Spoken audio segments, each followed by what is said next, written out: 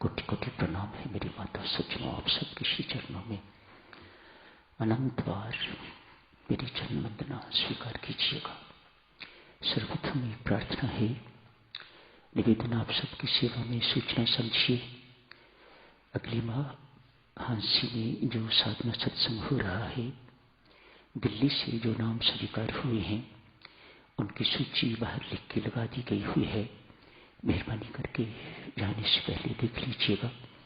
जिनके नाम स्वीकार हुए हैं उनसे हाथ जोड़ के प्रार्थना है, समय से पूर्व हांसी पधारिएगा श्री राम शरणम में। धन्यवाद। एक और निवेदन है साधकजनों, कृपया बुरा नहीं मानिएगा, मैं कोई सफाई भी अपने लिए नहीं देना चाहता। आप सब जानते हो कि मैं बहुत गरीब आदमी हूं, अपनी पेंशन पर निर्वाह करता हूं। थोड़े संकेत आपको दे रहा हूं, शायद आप लोग भूल जाते हैं बीच बीच में ये सब बातें। मैं कोई भिखारी नहीं, इंसान का किसी से भीख नहीं मांगता हूं। तो भिखारी, लेकिन मैं भीख नहीं मांगता किसी से।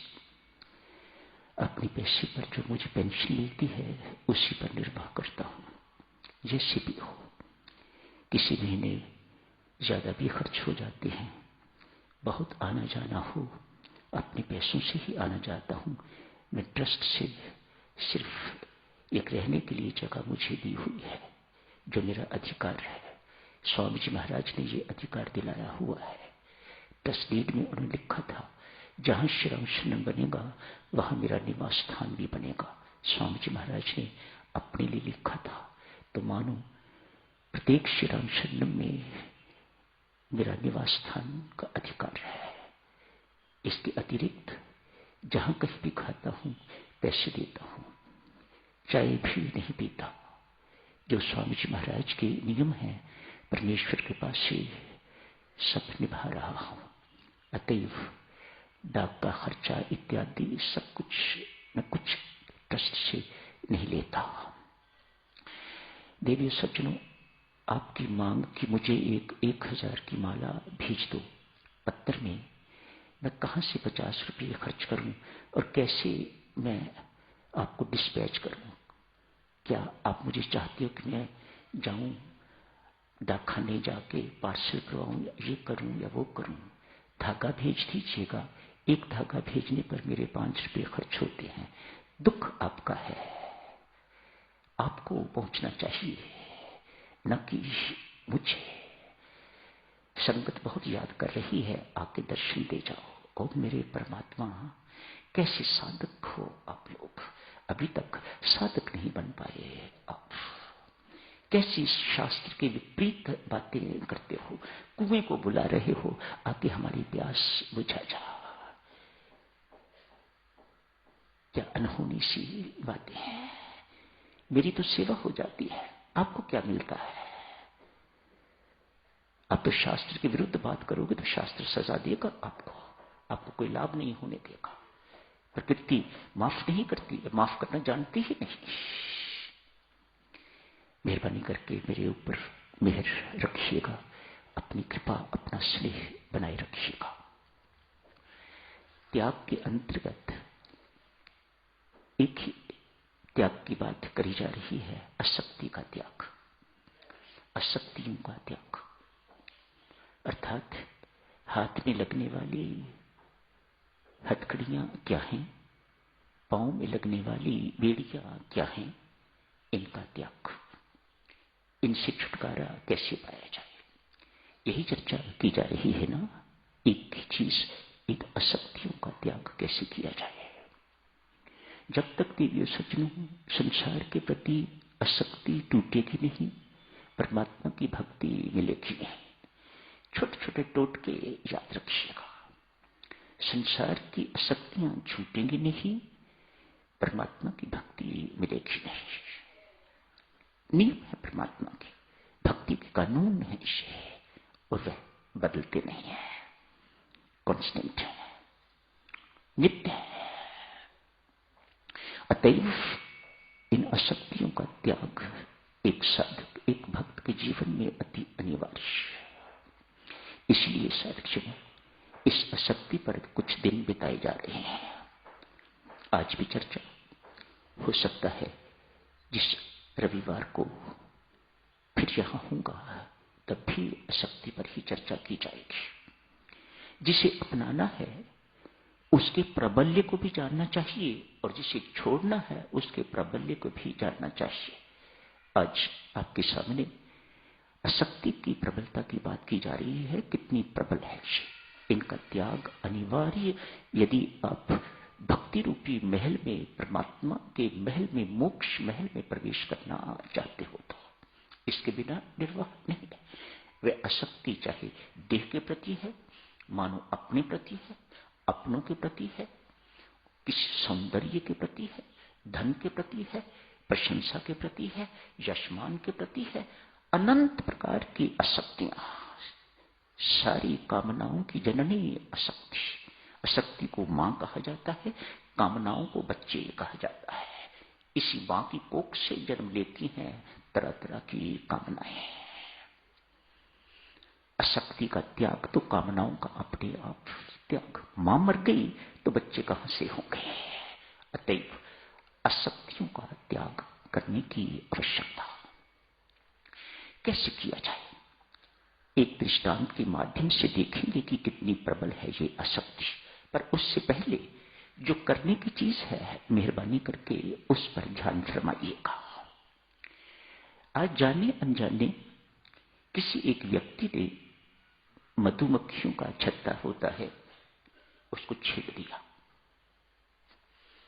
उसको छेड़ने की सारी मधुमक्खियां उस छत्ते से निकली और उस व्यक्ति के पीछे पड़ गई। वह व्यक्ति सिर से पांव तक मधुमक्खियों से घिर गया है। अनहोनी बातें नहीं है ये। जिन लोगों ने मधुमक्खियां देखी हुई हैं उनको पता है कि ये किस प्रकार से पीछा करती हैं, छोड़ती नहीं है। ये घिर गया बेचारा, काटने को पड़ रही। घिरा हुआ व्यक्ति कंफ्यूज हो गया, कुछ सुध बुध नहीं रही, मैं इस वक्त क्या करूं। कहीं से आवाज आई, दूर से कोई देख रहा होगा किसान, कहा भागो यहां से, तब ये पीछा छोड़ेंगे। उसने तेजी से भागना शुरू किया। उतनी ही तेजी से मक्खियों ने भी भागना शुरू किया। मक्खियां उसके पीछे पड़ी हुई हैं।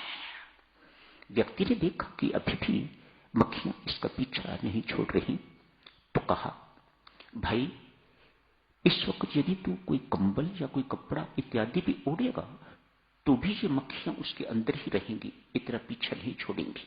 इनसे पीछा छुड़ाना चाहते हो, तत्काल वह सामने तालाब है, नदी है, उसके भीतर प्रवेश कर जाओ। उस व्यक्ति ने ऐसा ही किया। मरता क्या ना करता, उस नदी में प्रवेश कर गया है। कितनी देर तक डुबकी लगा के रखता, आखिर बाहर निकला। बाहर निकला तो देखा कि मक्खियां फिर सिर पर मंडरा रही हैं। व्यक्ति ने देखा कि मक्खियां अभी भी इसका पीछा नहीं छोड़ रही, ये इसको खा के छोड़ेंगी, ये इसको काट के छोड़ेंगी। अनेक सारी मक्खियां एकदम काट देती हैं तो डॉक्टर लोग जानते हैं क्या बुरा हाल होता है। व्यक्ति मर भी सकता है, व्यक्ति कुछ ना कुछ बहुत कुछ हो जाता है, बेहोश हो जाता है, इत्यादि इत्यादि। बाहर मत निकल, व्यक्ति ने कहा। फिर डुबकी लगा, चल आगे। अनेक बार डुबकी लगाता जा, तनिक सिर बाहर निकाल, फिर डुबकी लगा और बाहर बहता जा साथ ही साथ। ऐसा ही किया। कुछ देर के बाद देखता है मक्खियों से छुटकारा मिल गया है। संत महात्मा यहां समझाते हैं ये मक्खियां और कोई नहीं, अशक्ति रूपी बंधन। कहां तक ये पीछा करते हैं? शमशान घाट तक, और उसके आगे भी, बियॉन्ड ग्रेव। इनको यहीं काटोगे नहीं, सत्संगति रूपी आरी से कटवाओगे नहीं, काटोगे नहीं, तो ये जन्म जन्मांतर आपका साथ देंगी, पीछे ही पीछे पड़ी रहेंगी, जैसी ये मधुमक्खियां। संत महात्मा समझाते हैं सत्संग रूपी डुबकी लगा के रखो। एक बार नहीं, बार बार। संत का संग कहु नानक गुरु बंधन काटे। ये अशक्ति रूपी बंधन कहु नानक गुरु बंधन काटे।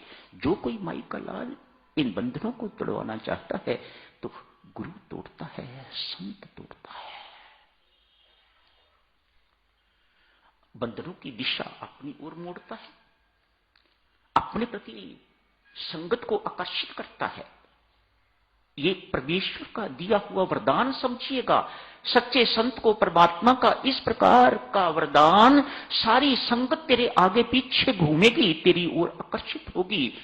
उसके पीछे कारण है, और कारण ये है, अपनी ओर आकर्षित किए बिना संसार का आकर्षण टूटेगा नहीं। अपनी ओर आकर्षित करके तो भक्तजनों, साधकजनों, आपके बंधन संसार से जो बंधे हुए हो आप लोग, उन बंधनों को संत काटता है। ये काम संत ही कर सकता है, सच्चा संत ही कर सकता है। अपने साथ चिपका के नहीं रखता, एक दफा अपने साथ जोड़ता है। जब देखता है कि ये पक्की तरह से जुड़ गए हैं, मानो निर्बंध हो गए हैं, संसार से निर्बंध हो गए हैं और मेरे साथ बंधन युक्त हो गए हैं, तो आपके बंधन की दिशा परमात्मा की ओर मोड़ देता है। लो मेरे माई बाप, सारे संसार के माई बाप, ये बच्चा अब तेरा तैयार है, इसे अपनी गोद प्रदान करिएगा। इसीलिए कहते हैं साधक जनों, मोक्ष दिलाना, मुक्ति दिलाना परमात्मा के अधीन नहीं है, गुरु के अधीन है, संत के अधीन है। जैसा आपका केस वह परमात्मा के सामने प्रस्तुत करता है, तैसा परमात्मा कर देता है, उसको ना नहीं करता। कहो नानक गुरु बंधन काटे। कैसे? इस प्रकार से स्वामी रामकृष्ण परमहंस इसे थोड़े और सिंपल ढंग से समझाते हैं। कहते हैं, कटहल होता है, महिलाएं उसे काटती हैं सब्जी बनाने के लिए। यदि समझदार नहीं है तो काटने वाली छुरी जो उससे दूध निकलता है चिप जाती है, हाथ भी चिप चिप करने लग जाते हैं दूध से। मानो बंधन में बंध गए। समझदार महिला, गुरुमुख महिला, वह जानती है हाथों पर तेल लगाने की जरूरत, छुरी पर तेल लगाने की जरूरत, और फिर कटहल काटती है। न छुरी को दूध चिपकता है, न हाथ को दूध चिपकता है, सारी की सारी चिपचिपाहट खत्म हो जाती है। ठाकुर यहां समझाते हैं, संसार के बंधन तोड़ना चाहते हो तो भगवत प्रेम रूपी, भक्ति रूपी तेल अपने शरीर पर, अपने हाथों पर लगा के रखो, तो संसार चिपकेगा नहीं तो संसार के बंधनों से बचना बहुत मुश्किल है। कहना बहुत आसान है साधक जनों, समझाना बहुत आसान है, उपदेश देना बहुत आसान है, लेकिन करना बहुत कठिन है। संसार में रहते हुए निर्लेप रहना, अनासक्त रहना बहुत कठिन बात है। आज साधक जनों थोड़े समय में देहासक्ति की बात करते हैं। ये अपनी देह के प्रति आसक्ति कितनी प्रबल है। पहले अपनी देह के प्रति कोई मरना नहीं चाहता। बहुत दिनों से कौमा में अंदर से कभी उसे पूछ के देखो तो वह कहेंगे, मुझे आशीर्वाद दे दो, मैं बिल्कुल ठीक हो जाऊं। है ना डॉक्टर साहब? ऐसा ही है ना, ऐसा ही करते हैं लोग, ऐसा ही कहते हैं लोग। मरना नहीं चाहता। शरीर इतना जीर्ण हो चुका हुआ है, रखने योग्य नहीं है, लेकिन वह इस शरीर को छोड़ना नहीं चाहते। किसी भी वृद्ध से पूछ के देख लो, वह मरना नहीं चाहता। ये शरीर के प्रति आसक्ति है, इसे देहासक्ति कहा जाता है। धृतराष्ट्र की पत्नी गंधारी विदुषी, बहुत विद्वान, बहुत ज्ञानी है, उसकी महिमा जितनी गाई जाए कम। पतिव्रत धर्म निभाने के लिए अपनी आंखों पर पट्टी बांध रखी हुई है। मेरे पति ने संसार नहीं देखा तो मुझे भी संसार देखने का कोई अधिकार नहीं। विवाह होते ही, ससुराल आते ही अपनी आंखों पर पट्टी बांध लिया है। महाभारत का युद्ध समाप्त हुआ। कहते हैं भगवान श्री कृष्ण स्वयं गंधारी के पास गए, जाके कहा, माते तेरे सारे के सारे पुत्र मर गए हैं। आग बबूला है। भगवान श्री कृष्ण को गंधारी ने गालियां निकाली हैं, ये सब कुछ तेरे कारण हुआ। सत्य जानती है, भगवान है सब कुछ करने कराने वाला, बहुत पक्की है अंदर से, सब कुछ तेरे कारण हुआ। भगवान श्री कृष्ण ना नहीं करते, हां ठीक है। कहते हैं भगवान श्री कृष्ण को शाप दिए, एक एक शाप भगवान श्री कृष्ण ने गंधारी का स्वीकार किया, शिरोधार्य किया। मां तू जो कह रही है ऐसा ही होना है, ये शाप नहीं, तू अपनी तरफ से शाप दे रही है, पर तू जो कह रही है बिल्कुल ऐसा ही होना है। पर तू अपने मन से क्रोध निकाल, जो कुछ मेरे साथ होना है मैं तो होके रहेगा, तो उसकी चिंता ना कर, लेकिन अपने मन को जलाना, अपने हृदय को जलाना।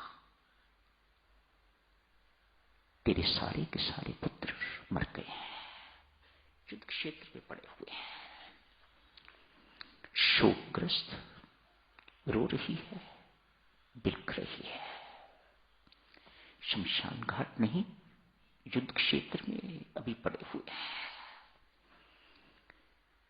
जाती है वहां पर, दुर्योधन को पहचान के उसका सिर गोदी में रख के तो बिलख बिलख के रोती है। कहते हैं मां ने अपनी आंखों से एक बार फिर पट्टी उतार दी है।